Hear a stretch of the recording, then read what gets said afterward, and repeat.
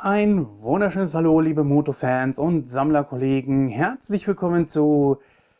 Ach, das sparen wir uns heute mal. Ja, warum mache ich heute dieses Video? Ihr habt es ja bestimmt schon in der Überschrift gelesen. Ich hoffe, dass wir endlich unser Tonproblem in den Griff bekommen haben. Denn wir haben keine Kosten und Mühen gescheut.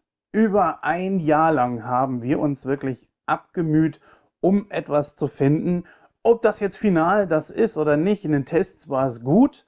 Wie es jetzt hier mit dieser Aufnahme sein wird, wir werden sehen. Auf jeden Fall haben wir wirklich tief in die Taschen gegriffen und haben ein bisschen aufgestockt. Ja, ihr seht Ansteckmikros hier. Jawohl. Allerdings kabellos. Das heißt, hier geht nichts mehr direkt in die Kamera rein, womit wir dann hier irgendwas umreißen könnten oder sonst irgendwas, sondern jetzt hierüber. Den Empfänger könnt ihr natürlich nicht sehen gerade, der hängt natürlich an der Kamera. Und hier haben wir das zweite Teil. Und ich hoffe wirklich, dass damit inständig die Tonprobleme der Vergangenheit angehören. Einzig und allein, sofern das hier funktioniert, wird es natürlich noch ein bisschen schwierig, wie wir das jetzt zukünftig mit 3 oder mehr Personen machen. Allerdings bei Einzel- oder 2 Personen, wie wenn jetzt, sagen wir mal, ich und Jan zusammen die News aufnehmen oder irgendwas anderes oder wir sind mal beim Simon oder so, dann, ja, dann wird das hier auf jeden Fall zukünftig für uns das Aufnahmemedium sein. Ich hoffe inständig, dass es damit dann auch jetzt endlich gelöst ist. Es war wirklich nervig. Ihr habt die letzten Videos ja vielleicht gesehen, wo dann plötzlich Jan ganz schlecht zu hören war. Hätte auch mich treffen können.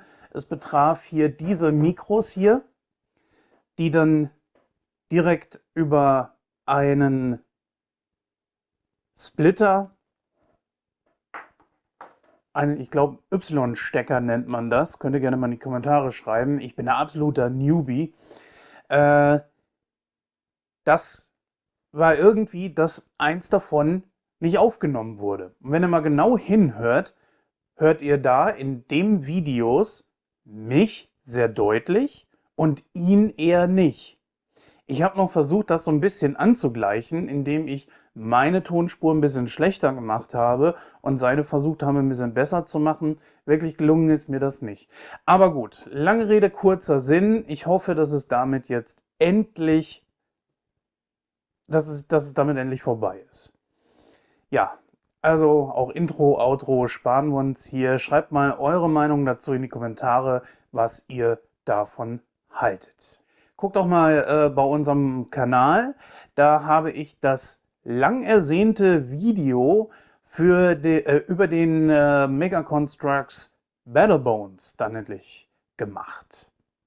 Ja, der Zusammenbau findet natürlich im Modulator statt. Mal gucken, ob mit oder ohne Jan. Wir werden sehen. Auf jeden Fall, das folgt jetzt auf jeden Fall die nächsten Tage. Wahrscheinlich alles noch vor Weihnachten. Auf jeden Fall das Unboxing-Video. Das gibt's heute. In diesem Sinne,